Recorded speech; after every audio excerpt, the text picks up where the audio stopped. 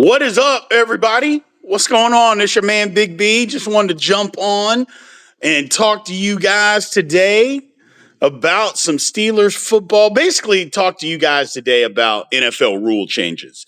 Obviously, we'll get into some Steelers stuff here, but some rule changes that technically didn't happen. Two things that I think a lot of us, myself included, I thought it would. We've heard all this talk about it. I thought the rule changes would actually happen, but they did not. The tush push, you know, it did not happen. That ban, or I guess the ban on the tush push, it didn't happen. To me, that's a good thing. To me, that's a good thing. It didn't go away. We got these people, and I'm looking at it right now on TV, the teams that actually voted no. So the Browns, the Dolphins, the Eagles didn't vote, but the Jags, Jets, Lions, Patriots, Ravens, Saints, Titans. So it didn't get enough support. So the tush push is around for here to stay.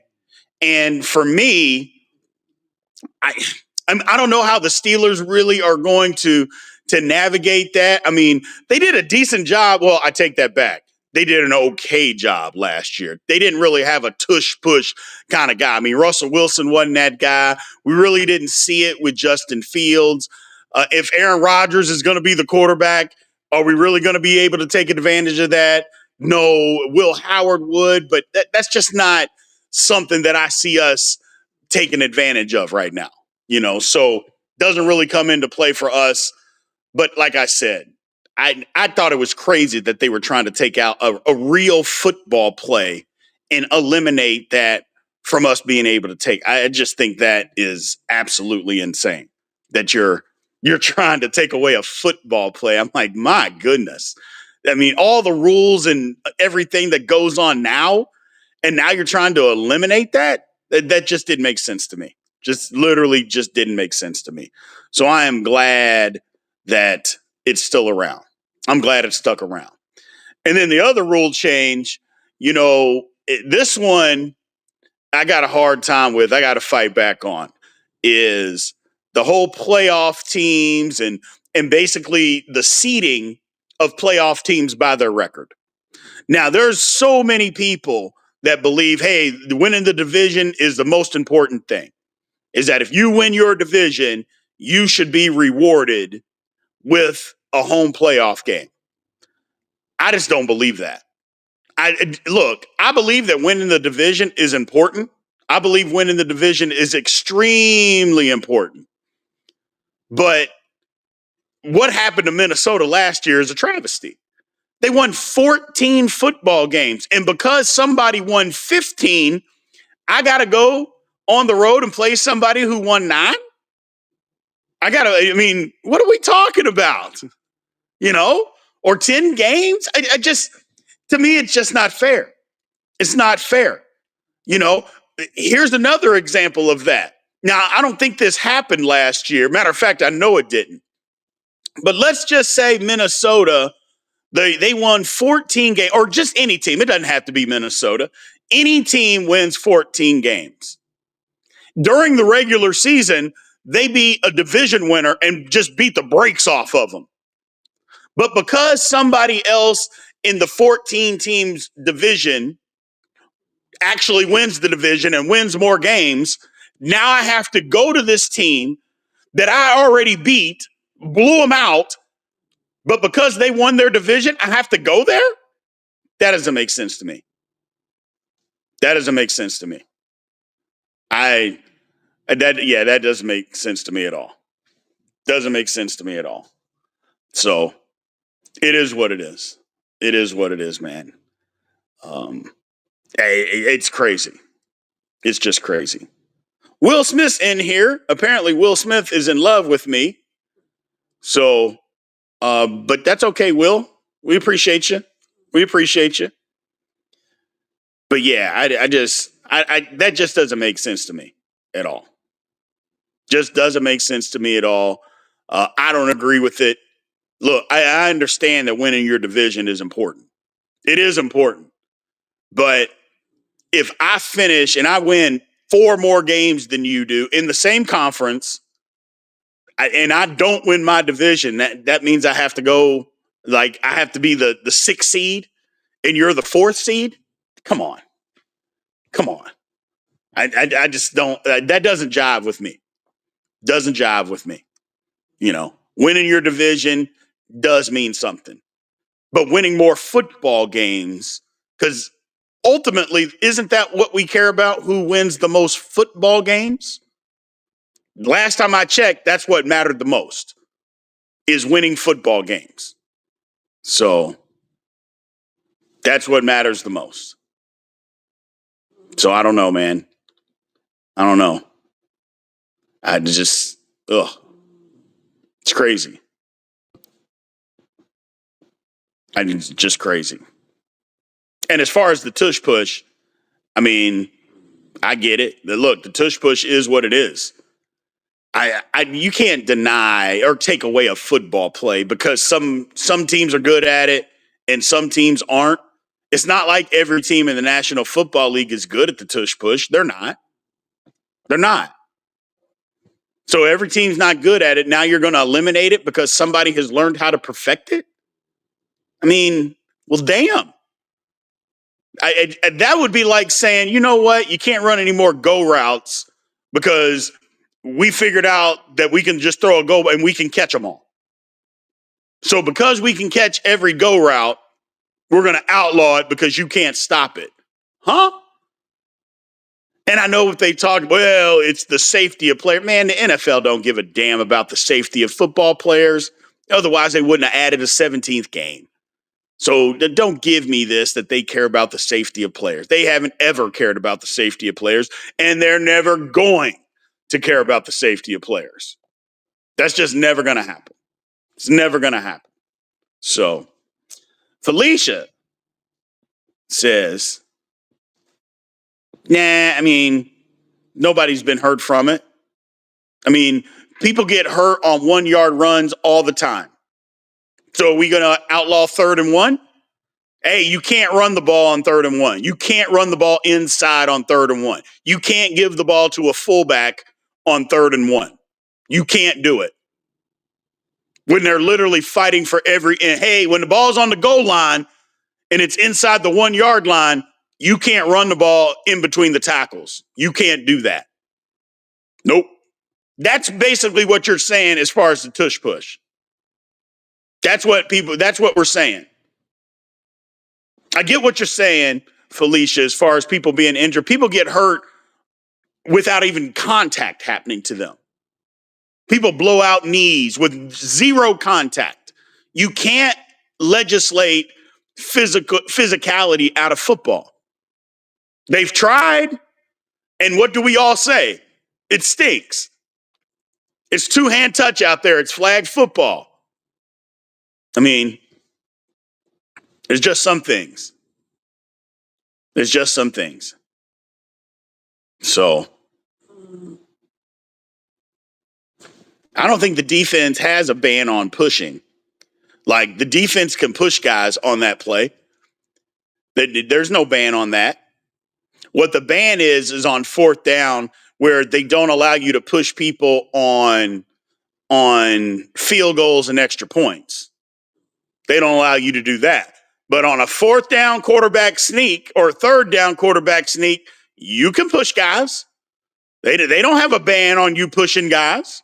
It may not be the most effective thing to do, but there's no ban on that at all. Zero ban. So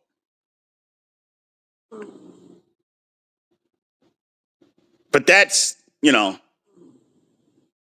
and that's my thing.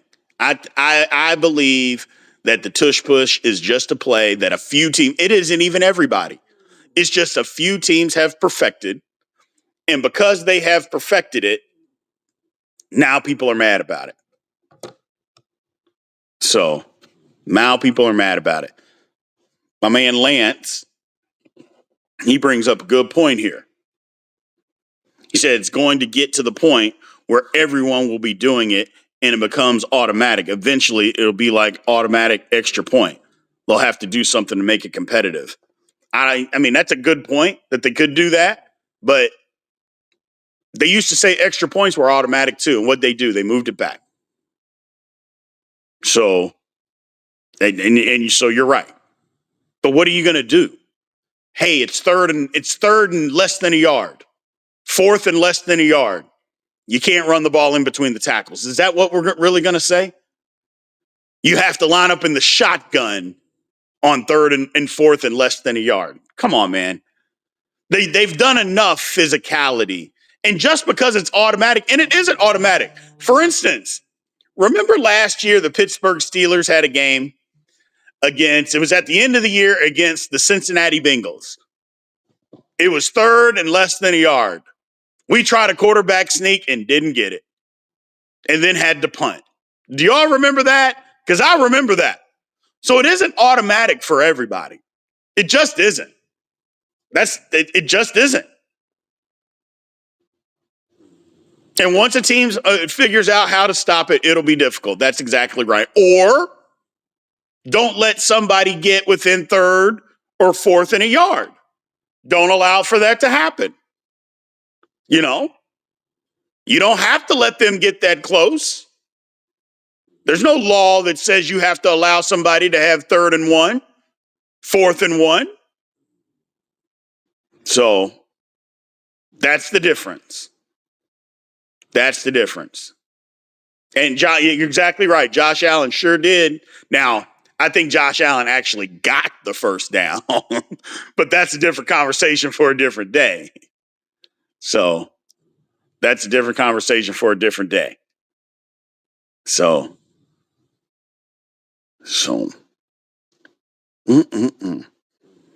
I love it when people come in here and say, you look like the fat version of Ice-T. Okay. But your mama likes me, though. She likes the fat version of Ice-T. So ask her. She seems to like it. But yeah, the tush push is going to be here for a while. And I'm glad that it's going to be here.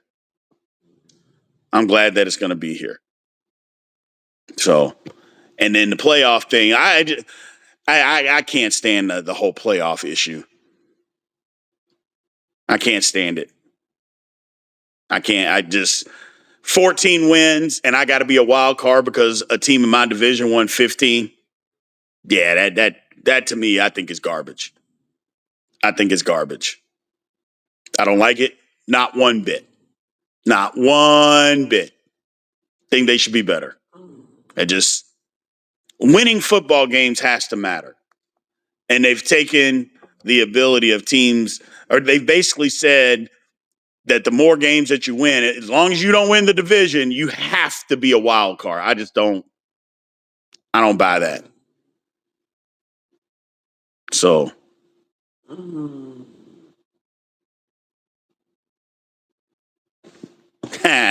You're exactly right, Mark Malone. Are we beating the Ravens this year? We beat the Ravens every year. So I don't know why this year would be any different. Like, we literally beat the Ravens every single year. Every year. What's up, Zay Curry? So I don't know why this year would be any different. Now, we didn't beat them in the playoffs. That's a different conversation. But we beat them. And again, we beat them every year. Every year. So hopefully we can beat them when it counts. So.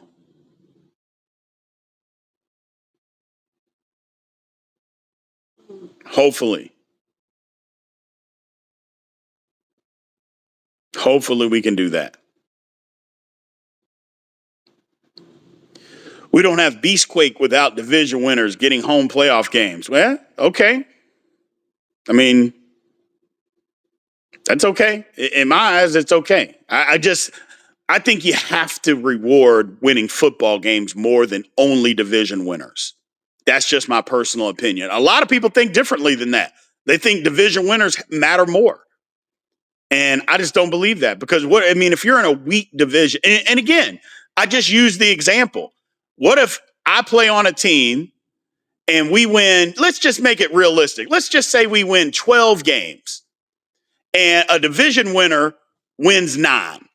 We played that division winner earlier in the season and we beat them by 17 points. We've won 3 more games. We've also beat them during the regular season. But because they won their division and I didn't, now I have to go on a road playoff game, possibly to their stadium. I just don't see how that makes sense. I just don't. I know there's an argument that division winners have to matter. I get it. But I just don't see that argument. So I just don't see that argument.